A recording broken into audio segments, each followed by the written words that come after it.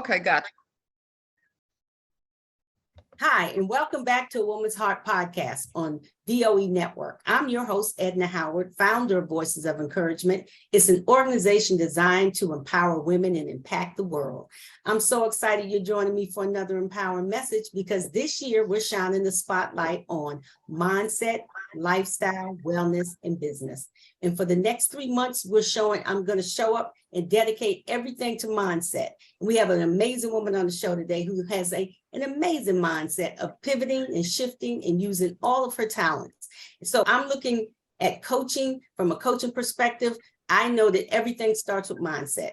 We specialize in helping women find and claim their personal power, providing educational products, training, mentoring, empowerment workshops, and networking events for women all over the world. And I am honored and privileged to have on the show with me today, Miss Ida Campbell. Now, Ida, she's a mom, she's a grandmother, she's a foster mom, she's a widower, she's an entrepreneur. She is a music historian and a Renaissance woman. And I love that about her. And since 1975 to current, she's been with the federal space, and she's been detailed at DEA, retired, real estate investor, builder, master trainer, wellness coach, architect, apprentice, done it all. And currently, she's also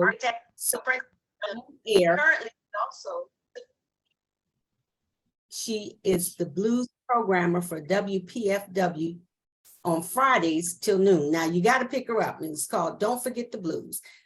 Ida's also, she sings the blues, which is a blessing, and brings a spirit of innovating, soul-shaking presence and master of the soul that you can never have imagined.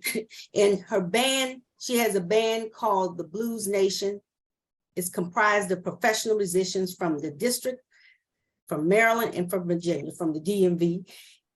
And I'm wondering too, Ida, since you've done so much, what haven't you done? I'm going to ask that question. What haven't you done? I haven't gone to medical school. Oh, okay. You're like, I got all of this covered. I'm sure that's coming up next. So no, that's not coming up next. Because that, real quick, I have always been a person that's a giver and a caretaker. Right. Mm-hmm. And when I was growing up, my mom would have seizures, and I'd be the first one. I knew what to do because I do a lot of reading, and I would automatically take care of it. So if anybody in the family was sick, I was there, even at a young age. And first thing my sister said, you need to become a nurse. You need to be a nurse because that's what you do. You do that real well. Well, I did that. I went to, that's where I started at UDC. My first year in college was a registered nurse. When they opened up the program, it was a 2-year program. I said, oh, I can do this. So I went the first year, got really good grades, and I waited till the last minute to get in. And I couldn't get back in that program because it was very popular. I said, I don't know what I'm going to do, but I do not want to sit out a year from school. So that's why I ended up going into criminal justice and law enforcement. Right. Yeah. Awesome. So we want to welcome you to the show, Ida. We're super excited to have you grace our presence. I am excited because of who you are and what you do. And I just wanted to have you on the show so you could share your wisdom and knowledge with everyone. And then also, kind of showcase your radio station and talk about what you do as a radio personality, because I'm so excited about that. Now, you're gonna take the world by storm. You've already been doing that, but I want you to take this podcast by storm and share a little bit about who you are. So let's jump in, and you can tell me from your heart who you are and what makes you get up in the morning. Well, I tell you, it's what makes me get up in the morning is knowing that I have another day to get it right, really. That's good. And I say that because, I really didn't understand what this life thing was all about growing up, because it wasn't like I was directed to do a minimal, just go to school, get good grades, College wasn't even in the picture so far as my parents saying you need to go to college. I knew I needed to go to college. So that was on my mind. And based on that, I knew that I had to direct myself into things that I wanted to do, that I had a passion for. And it wasn't just one thing. And my mom would say, why don't you just, go ahead and finish school and get a government job and, go from there. And it wasn't like, I'm like, why do I have to do just one thing? Right. So I agree. I completely agree with you. I completely. Yeah, because the thing about it is, I just real quick, I had my father's side. I did not know my mother's side of the family, mainly because my mother was from Cuba. She was born in Cuba, raised in Cuba. And my dad met her in Cuba and they got married. Subsequently, here I come. And she didn't speak very much English. So by the time we got over here, the idea for me and in growing up, my dad, when he served 26 years in the Navy and we moved around. So it wasn't like I was just, hoined, kind of just knowing that I had to stay in one place. That wasn't an idea for me. That wasn't in my spirit to stay in one place. But I saw my aunts and uncles had their own businesses when I was 14 in Chicago, Illinois, and Quincy, Illinois. My uncles had their own barbershops. My aunt had her own beauty salon. And then I saw their homes, and I mean, their homes were laid out. I don't know what other people had, but I know she had white carpet. I'm like, oh, I want to be just like her. Right. So I said, that's what I'm going to do. I'm going to go to cosmetology school. So I told my mom, we found Margaret Washington cosmetology school. And I went there, it was all girls in Washington, D.C., graduated, started doing hair. And then I got interested in boys or young men. And ended up having 2 children out of wedlock. That was no fun. So, and back then you had to wait, and I was working in salons and barbershops because I knew I had to make money to take care of these kids. And I said, you know what? I have to wait for people. I did not have a stable clientele that would come in every hour or every 2 hours. And I was not going to get on welfare because it just at that point in time, it just wasn't in me. And I went ahead and I changed. I had to change. So that's when I started going to school, graduated with a degree in criminal justice. And I'm bypassing all the other stuff. But the thing about it, I knew I had to change what I was doing because I didn't like waiting for money to come in. Right. Because you got to wait for someone to call you, clients coming in, and sometimes they cancel. That's the other thing. And that's the only way I would make money. So at that point, I got hired at Smithsonian on a work study program in their security office.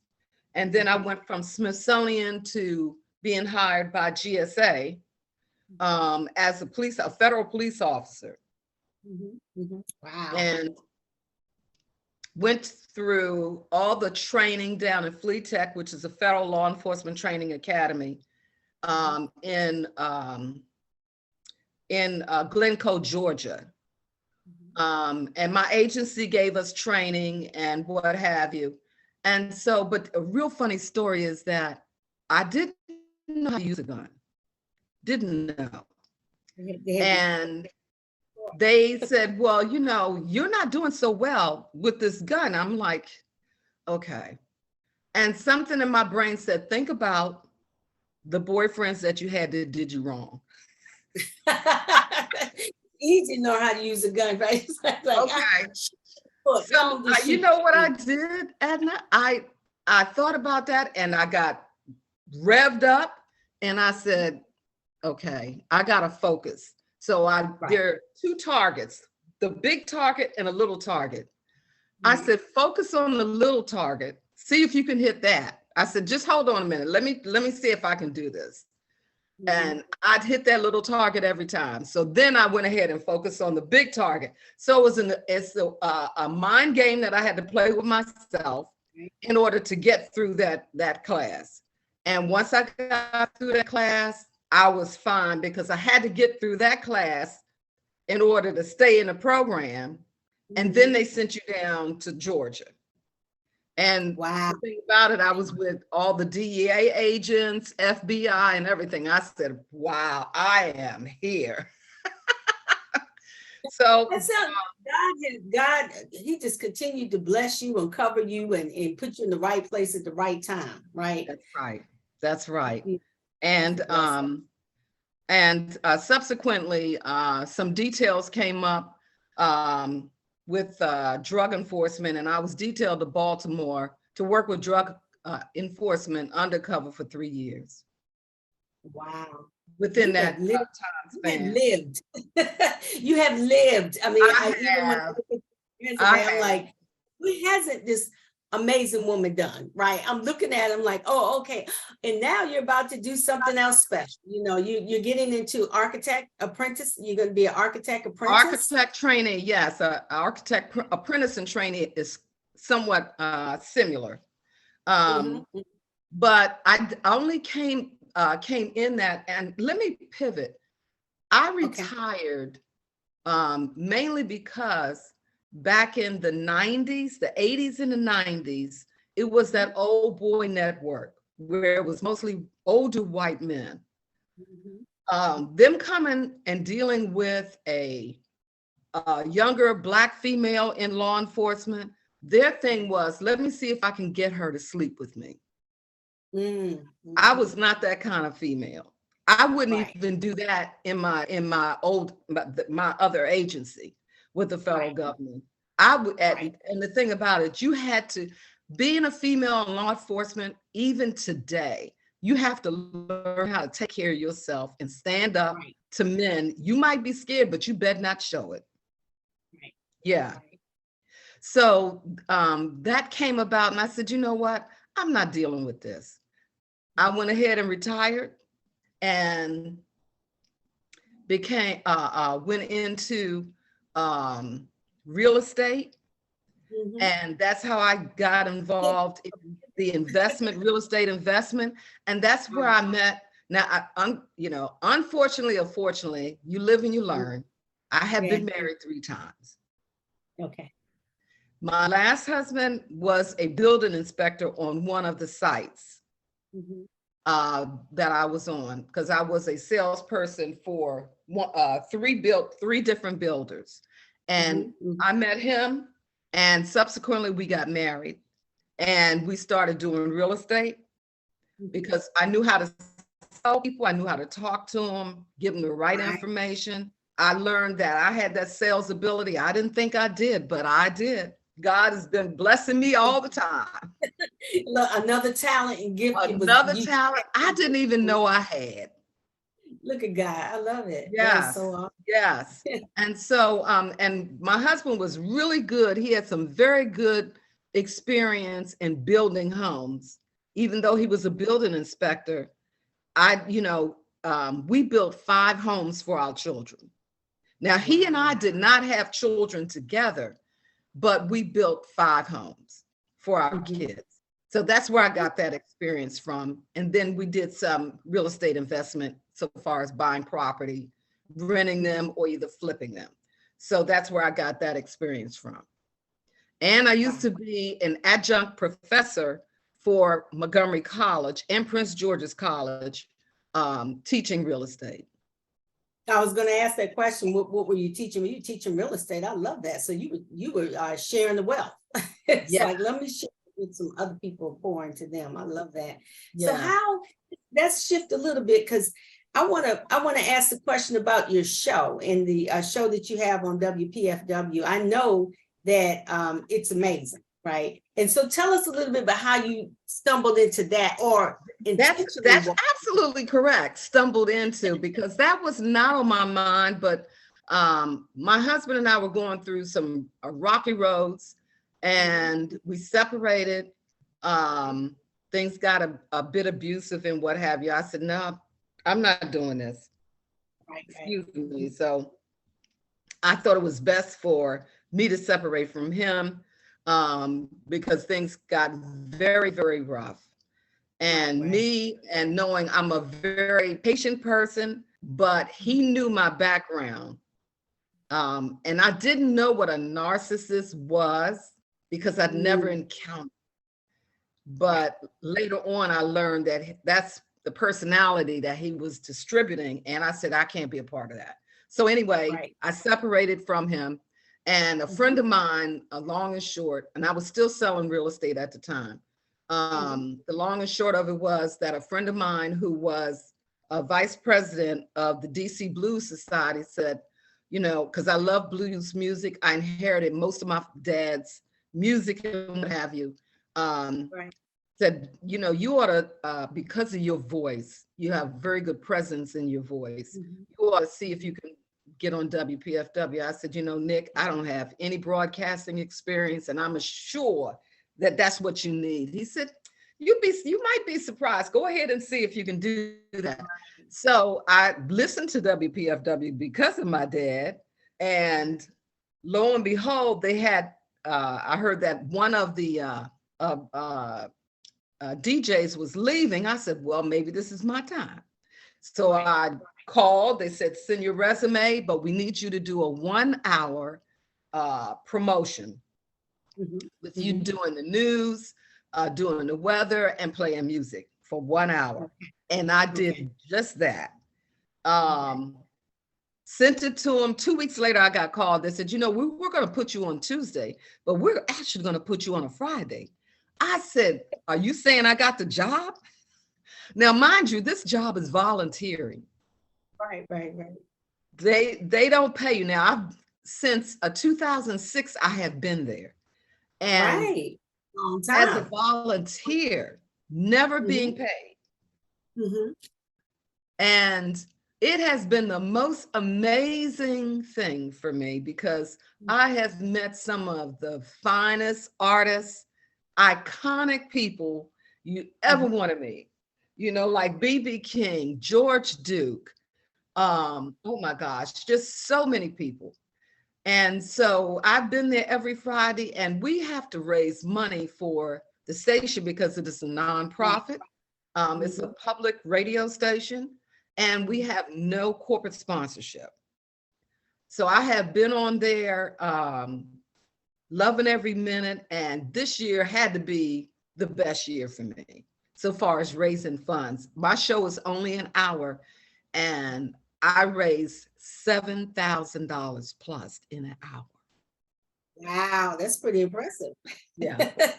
That's pretty impressive. So what keeps you motivated? I mean, what keeps you motivated and knowing when to pivot? Because you pivoted along the way, and your journey it is just amazing, right? So you pivoted, you've tried different things, and everything it sounds like you've been very successful at. So now you're in radio. And I think when I talked to you once, you said you work on the Hill too. You work at the Senate. Is that correct? That's exactly right. I work at the Senate office building.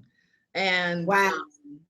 Is that your second career, or you decided that I'm gonna do some other things as well as you move along? That is my second career. Once I left federal government, the first time I got into real estate, as I said. But in 2007 and 2008, you know, the market dropped. The real estate dropped really bad.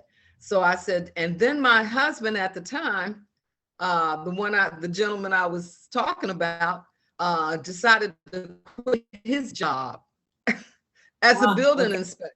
And that kind of broke it. I said, you know, I really need health insurance. I cannot do this without health insurance. Right. I had to have surgery. And so I went and got a job at Home Depot. Whatever works. You know what? I said, I got to do something. And I'm, you know, I tell you, I am one person, I don't shy away from work. Right. It sounds like you a true she hustler. You're like, I am going to make it. Yeah. If I got to do that, I do that too. You know, until the time comes to do something else. I love that. That's exactly right. And that's what, you know, I'm glad this show is about, you know, making changes and switching and making things work. I said, you know, I could go out here and be a criminal, but why do that? That would be short-lived for me. Why would I want to do that? So I said, and I don't like the women in prison. They're not men. And right.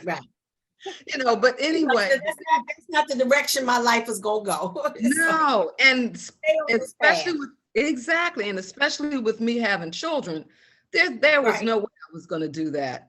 So I got a job just within 2 weeks, and based on that, I was designing kitchens and bathrooms. I did not have that skill. Clearly, it's in all of this talent is in you. You're tapping it, right? It's like each time you pivot, it sounds like, okay, well, let me tap that talent. Okay, well, let me tap that talent. Because, and even though a lot of times it sounds like you're like, well, I wasn't aware of that talent was dormant in you the whole time. It was just a matter of getting in the right positioning to be able to leverage it. Not only the right position, the right mindset. Because sometimes we think we cannot do certain things, but if we don't open ourselves up to it, just to put your foot in the water to see if you can do it, especially when you have a need. Exactly. I love it.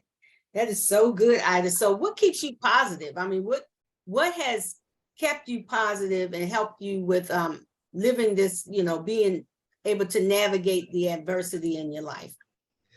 What keeps me going is the fact that when I look at other people that are handicapped, people that, you know, I love the Olympics. And the reason why I like the Olympics is because, and especially there's, I can't think of the name right now, when you see people do things that you've never done before, you see people that do the Olympics that may not have a limb. You see people that can't walk, but they're still pushing ahead. You know, the thing about it is I got all my faculties, my hands, my limbs, I'm in my right mind. There's no way that I can't do what I set out to do. I love it. I love it. Just keeping that positive mindset. So what is your superpower? Because you got so many, but what makes you unique? What do you think your superpower is? Well, some people, you know, might not think this is a superpower, but my belief in God. That is I have a strong belief and a strong faith that He will bring me through no matter what I do. And I have to hold on to that because I've been through some things. So that's why I have to hold on to that and know that He will lead me the right way. So I don't know. And on my show, I said, I don't know who you all believe in. This has nothing to do with the radio station, but I am a believer in Jesus Christ. Awesome. So you even spreading the gospel. When you have a platform that you're leveraging, I love it. So you spreading the gospel. I love that. Yes. That is wonderful. So could you give a piece of advice to someone who may be considering taking that leap of faith and getting into radio? Even if you don't have any experience like I didn't, there are other transferable skills that you can use. If you have a voice, you have an idea about something, if you love, and I have always loved music. Yes. And you can put it together. Go ahead and take that leap of faith. Send your resume in to any radio station. They're always looking for someone. And put your skills in there. make your skills transferable in reference to talking to people, enjoying music, and just making it so that they have to have you. They want you. Yeah. And the other thing is making sure that you do it with excitement. When you send that MP3 in reference to being on radio, if you want to do sports, if you love sports, make sure that you put the excitement in, and it's going to take more than one time for you to get the right rhythm and motion going in reference to making a presentation on a CD or MP3. Just knowing that you know what you know, and that you come from a place of, I really want this job, even if it doesn't pay me. It's keeping me occupied. Passion. And my radio station doesn't give any of us any training.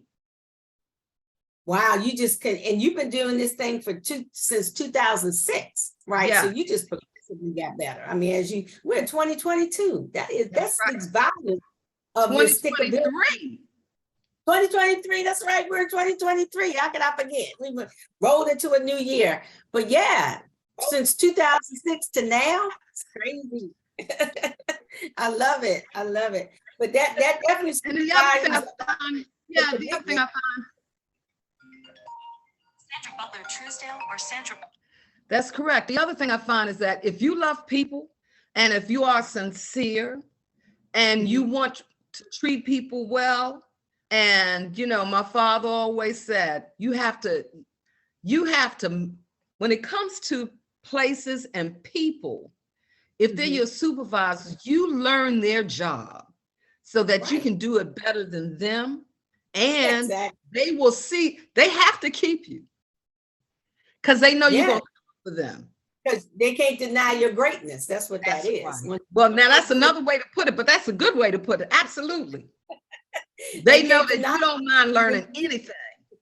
Exactly. So this is awesome. So you're a successful radio personality, community leader, mom, woman of faith. So what's next for Ida? My husband that I separated from, before I got the divorce, he passed of a heart attack. And what I have learned is that when we were together, he would draw out plans on his own. He was just good like that. Now I didn't draw out plans. I would use the software, the computer. I said, if I ever have to change anything, because I'm a creative person, right, and I like creating, I would get on the computer after I learned that I could do it, because I really thought I was going to fail at being a kitchen designer. But you did it. I mean, you tried it, you put your toe in, and amazing. I came out with some amazing designs. People loved the designs, and I was good in sales.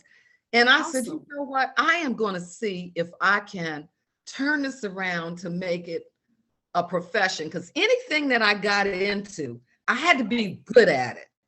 I just didn't want to do it. And it's okay to just do it and get paid. I needed to take it to the next level. And that's what I've been doing off and on between working my regular job at the Senate as a facilities engineer. I have been doing that. I have been taking courses, keeping myself familiar with my final push to be where I need to be. Because you can't, now when you deal with real estate, you have to tell people what's good in their house, what they need to keep, what they need to get rid of. You have to help them stage their houses. That's part of your creative senses. Right. So being that I could do that, and when I saw that I could draw and use the software with only being taught for 2 weeks, I said, you got something, girl. You can take this to the next level. And also, Edna, believing in yourself. Yes. God said that we could do all things in Christ. Mhm. If he says we could do all things, that's what he means. Right. And I think it's the belief, what you just said. Some people just, they have a limited self-belief because things that have been poured into them when they were children or younger, or they brought from their childhood, or somebody said something, so they believe that person instead of believing what God said. Yeah. And so that limited belief of themselves of what they can do.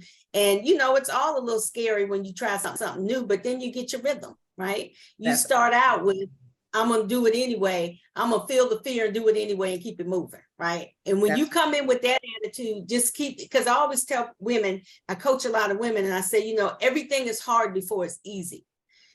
Because it's hard doesn't mean you're not going to get good at it. You just got to keep at it. You just have to keep at it. That's absolutely right. I mean, vocalists have to rehearse almost every day to get their voice where it's supposed to be. It's not, everybody's not a Patti LaBelle. Right. And speaking of that, you do sing the blues as well, and you also have a band. So why don't you tell us a little bit about that, and then also let us know how to get in touch with you. Okay. Yeah, I that's another thing. I love singing. Another thing. I love it. Like, that's another talent. Oh my gosh. When I send your bio out, people, mouths are going to drop. Jaws are just going to be like, what hasn't she done? You know what? It's a mindset.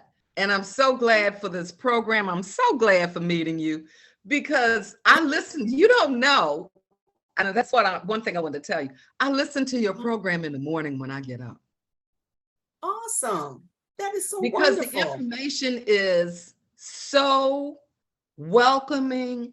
It just wakes up all your brain cells to say, okay, this is what you need to do. This is the mindset, and you're absolutely correct. So, I used to sing in the choir at church, and I said, you know what? I'm going to see if I can get me a band together, because people would love my voice. You are too awesome. I'm going to get a band together.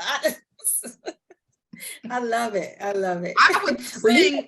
You have a new fan. You have a new fan in me. I'm just like, what? Oh my gosh. Look, every time there's a birthday in the family, I would call them and sing a happy birthday song. Right. And Teresa, who is my sister, who I met you through. I know. She I'm gonna talk to her. I was like, she never told me about you. Right. We've known each other for over 25 years. And I knew she had a sister, but she didn't tell me she had a sister who was doing all of this. Right. And I'm like, oh, wait till I talk to TP. Wait till I talk to her.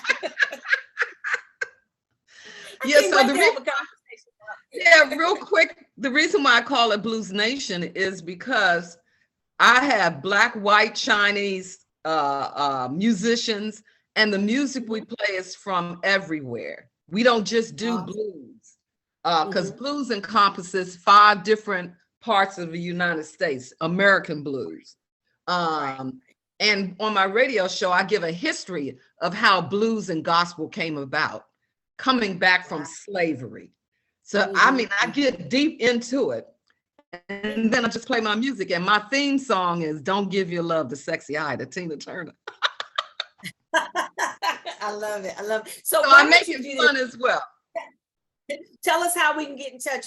Tell the listening audience how they can get in touch with you or listen to you on Friday. So what time on Friday should we be plugging into WPFW? You should be plugging into WPFW from 12 noon to 1 o'clock. I start right at 12 noon. Yes. Okay. And I'm on Facebook as well, Instagram under Ida Campbell, or WPFW _89.3 FM, and then Ida Campbell or Ida C. Awesome.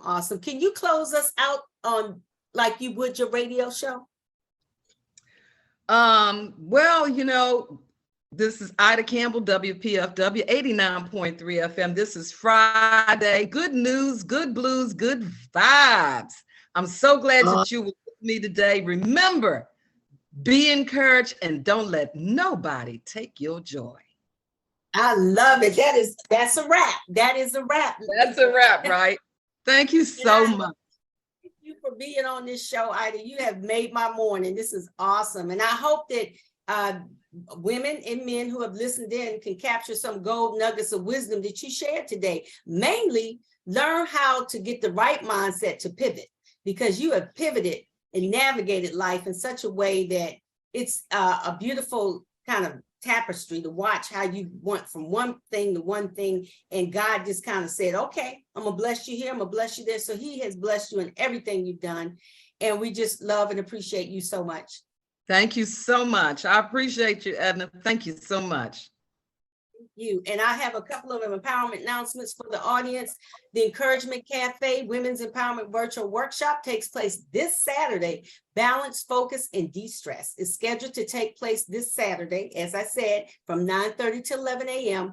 And it is a virtual, so you can register and see us again on Saturday morning. And it is a registration where you can go on the VOE website, which is voicesoфencouragement.com, or you can go out to Eventbrite.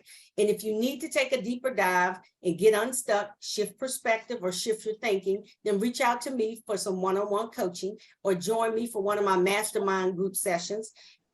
What sets me apart is truly that I have a heart to serve, and I want to see women walk in their unique power. So remember that, and you can connect with me on LinkedIn.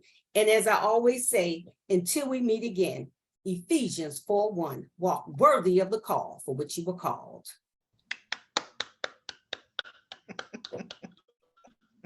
Amen, amen.